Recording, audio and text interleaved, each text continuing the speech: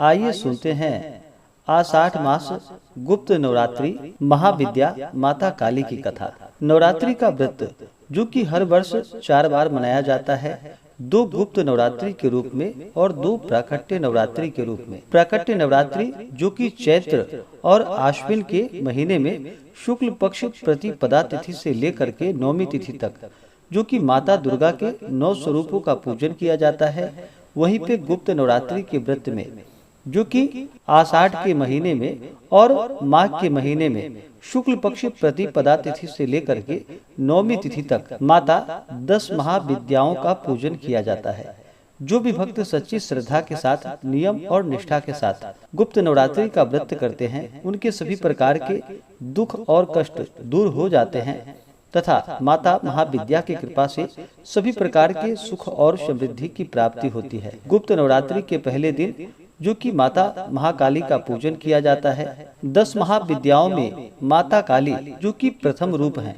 माता काली जी का स्वरूप अत्यंत विकराल, अभयकारी और मंगलकारी है। माता काली का ये स्वरूप असुरों का नाश करने वाला है। यदि कोई व्यक्ति गुप्त नवरात्रि के दौरान माता काली की पूजा करते हैं तो उनके ऊपर सामने आई आसुरी शक्तियों का कोई असर नहीं होता। माता काली की पूजा करने वाले व्यक्तियों को रूप, यश, जय की प्राप्ति होती है। समस्त सांसारिक बाधाएं खत्म हो जाती है। माता काली ने चंड मुंड का संहार किया था, इसलिए इन्हें चामुंडा के नाम से भी जाना जाता है। माता काली अपने गले में मुंडमाला धारण करती हैं। उनके एक हाथ में खड्ग, दूसरे हाथ में त्रिशूल और तीसरे हाथ में कटा हुआ सिर होता है। माता दुर्गा ने रक्तबीज नाम के असुर का वध करने के लिए काली का अवतार धारण किया था। 10 महाविद्याओं में माँ काली प्रथम देवी हैं। गुप्त नवरात्रि में प्रथम दिन माँ काली की आराधना की जाती है। जो लोग तंत्र शक्तियाँ प्राप्त करना चाहते हैं, उन्हें गुप्त नवरात्रि के पहले दिन विशेष रूप से माता काली की पूजा करनी चाहिए। इसके अलावा माता काली की आराधना करने से सभी प्रकार की तंत्र बाधाओं से छुटकारा प्राप्त होता है। जो लोग अपने शत्रुओं से बहुत परेशान होते हैं और उन्हें गुप्त नवरात्रि में माता काली की आराधना अवश्य ही करनी चाहिए। ऐसा करने से शत्रु से मुक्ति मिलती है। माता काली की पूजा करने से अकाल मृत्यु का भय नहीं होता। गुप्त नवरात्रि में 2 तरीकों से माता काली की पूजा की जाती है। जो लोग तांत्रिक विद्या हासिल करना चाहते हैं, वह लोग इस दिन माता काली की तंत्र विद्या द्वारा उपासना करते हैं और कुछ लोग गुप्त नवरात्रि के प्रथम दिन सामान्य तरीकों से माता काली की आराधना करते हैं, जिससे उनके जीवन के सभी प्रकार के संकट दूर हो जाते हैं। तो आइए सुनते हैं माता काली से जुड़ी हुई पौराणिक कथा। तो बोलिए प्रेम से माता काली की जय।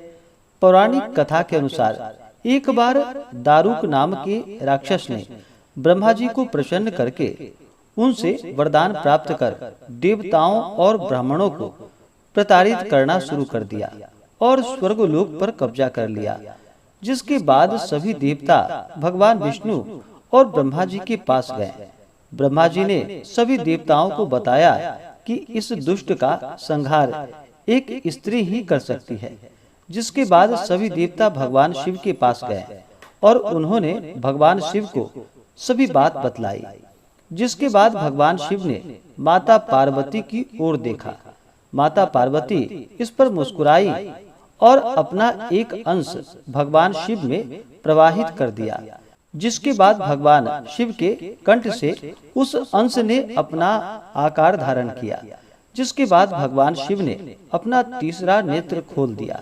उनके इस नेत्र से विकराल रूप वाली माँ काली उत्पन्न हुई। माता काली के ललाट में तीसरा नेत्र और चंद्र रेखा थी। माँ काली के भयंकर व विशाल स्वरूप को देखकर देवता व सिद्ध लोग भागने लगे। जिसके बाद माँ काली का दारुक और उसकी सेना के साथ भयंकर युद्ध हुआ। माता काली ने सभी का वध कर दिया, लेकिन माँ काली का क्रोध शांत नहीं हुआ और माता काली के इस क्रोध से संसार भी जलने लगा। जिसके बाद भगवान शिव ने एक बालक का रूप धारण किया और शमशान में लेटकर रोने लगे, जिसके बाद माँ काली उन्हें देखकर उन पर मोहित हो गई। इसके बाद उस बालक रूपी भगवान शिव को अपने गोद में उठा लिया। इसके बाद उनका क्रोध शांत हुआ। इस प्रकार से जो भी माता महाविद्या काली की आराधना करते हैं, नवरात्रि का व्रत करते हैं, व्रत के दौरान नियमों का पालन करते हैं, उनके सभी प्रकार के दुख और कष्ट दूर हो जाते हैं तथा सुख और समृद्धि की प्राप्ति होती है। नवरात्रि के दौरान माता का पूरे विधि विधान के साथ पूजन करना चाहिए। इस दौरान जो कि श्री दुर्गा सप्तशती का पाठ या श्रवण करना चाहिए, दुर्गा कवच, दुर्गा चालीसा आदि का पाठ या श्रवण करनी चाहिए। व्रत के दौरान शुद्ध और सात्विकता का पालन करना चाहिए। जो भी व्रती हो उन्हें व्रत के दौरान किसी के ऊपर क्रोध नहीं करनी चाहिए। अपने मन में किसी के प्रति ईर्षा या द्वेष का भाव नहीं लाना चाहिए।